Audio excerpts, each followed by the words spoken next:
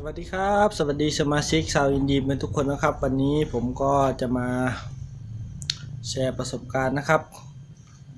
ก็เป็นประสบการณ์ที่เจอมานะครับหรือเป็นคำโต้แย้งก็ได้นะครับจะเรียกว่าเป็นคำโต้แย้งก็ได้ครับผมบ๊อบบี้อินทจักรนะครับเป็นสมาชิกอินดีมจากสปป.ลาวนะครับก็พอดีได้ไปเจอคำโต้แย้งแล้วก็เคยเห็นนะคอมเมนต์ที่เราไปโพสต์ในที่ต่างๆนะครับหรือว่าในกลุ่มต่างๆที่สมาชิกบางท่านก็อาจจะเคยไปโพสต์นี้ก็เป็นคำโต้แย้งส่วนตัวนะครับที่ได้รับมาก็เลยอยากจะมาแชร์ประสบการณ์นี้นะครับเล่าให้พี่ๆน้องๆได้ฟังกันดูนะพอดีบุคคลท่านหนึ่งนะครับเขาโต้แย้งผมมาในการที่ผมไปแนะนำ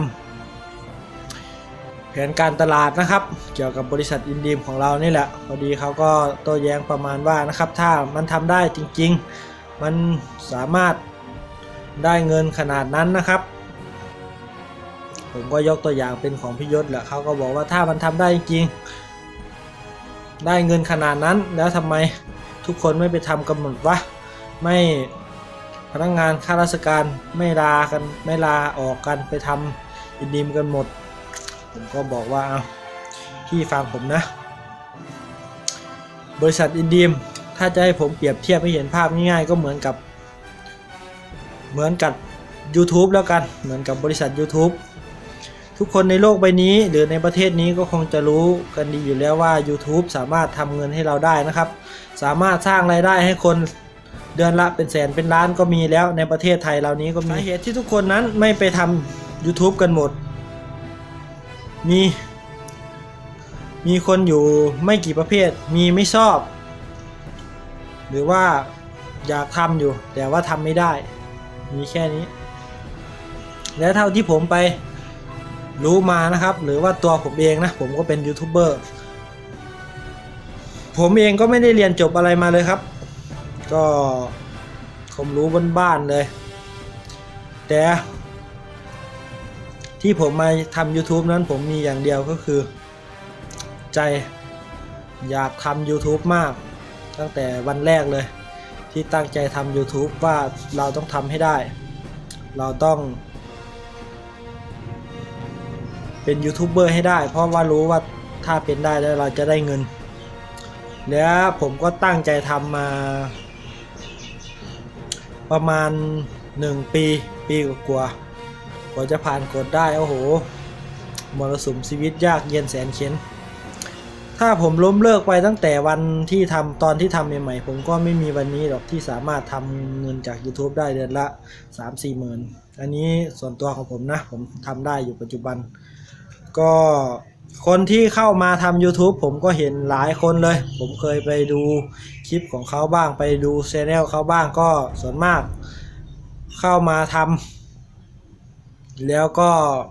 ไม่มียอดวิวไม่มีคนติดตามแล้วก็เลิกไปเองส่วนมากจะเป็นแบบนั้นหมดผมตีให้สัก100 คนจะมีคนที่เอาจริงๆมีแค่10-20%เท่านั้นและนี่ก็เป็นสาเหตุว่าถ้าทุกคน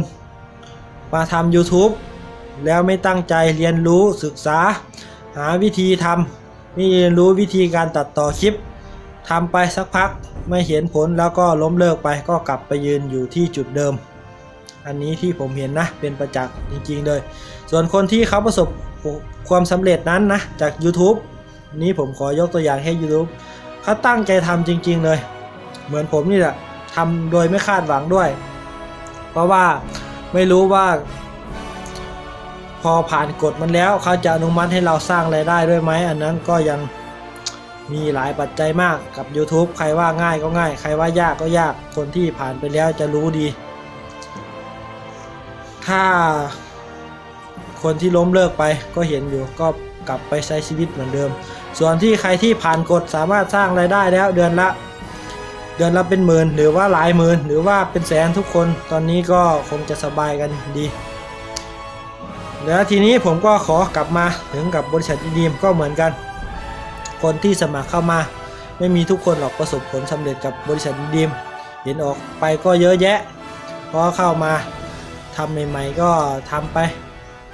งั้นแหละแบบไม่ตั้งใจนะคิดว่าเข้ามาสมัครได้จะได้มันก็อย่างที่เห็นครับสมัครเข้ามาทำไม่เห็นผลก็ล้มเลิกไปถอดใจไปเอง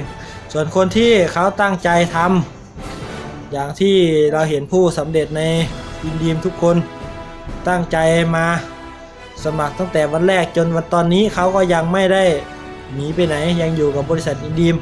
เขาก็ประสบความสำเร็จได้เงินมาปลดหนี้กันเยอะแยะบางคนก็ได้เดือนละเป็นแสนเป็นล้านเยอะแยะในบริษัทอินดีมดาวอันนั้นก็เหมือนกันถ้าเขาล้มเลิกไปตั้งแต่วันนั้นเหมือนคนอื่นที่ล้มเลิกไปก็กลับไปยืนในจุดเดิมแต่ถ้าสู้เรียนรู้ฝึกฝนลงมือทำอย่างต่อเนื่องเอาแบบไม่คาดหวังว่ามันจะได้หรือเปล่า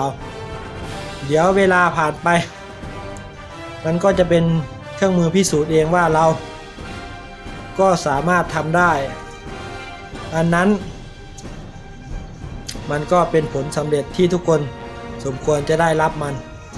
ไม่ว่าทำงานอะไรก็เหมือนกันถ้าเราไม่ตั้งใจทำจริงๆเราไม่ประสบผลสำเร็จหรอกเข้ามาทำไม่เห็นอะไรอย่าง2-3 วันก็เลิกไปไม่ว่าคุณจะไปทำงานกี่ร้อยกี่อย่างงานมันก็ไม่ประสบผลสำเร็จตัวคุณเองก็จะกลับไปยืนที่จุดเดิมไปยืนอยู่ในจุดที่คุณจากมาแหละคุณชีวิตคุณก็จะไม่ก้าวไปไหนยังจะย่ำอยู่ที่จุดเดิมอันนี้ผมเปรียบเทียบให้ทุกคนเห็นภาพให้พี่ๆน้องๆที่มีความคิดแบบนี้เห็นภาพดูนะครับลองเอาไปปรับใช้ดูกับชีวิตที่ไปเจอเรื่องราวแบบนี้เหมือนกันกับผมนะครับลองเอาไปพิจารณาดูว่ามันจริงไหมคนที่มีความคิดแบบนี้มันมีจริงๆในโลกใบนี้ก็ลองไปศึกษาหาดูนะครับอันนี้ผมก็มาพูดอธิบายไว้ประมาณเท่านี้นะครับเดี๋ยววันหน้ามีอะไรผมจะมาทำคลิปลงให้ดูอีกทีนะครับวันนี้ผมก็ต้องขอตัวลาไปก่อนนะครับสวัสดีครับ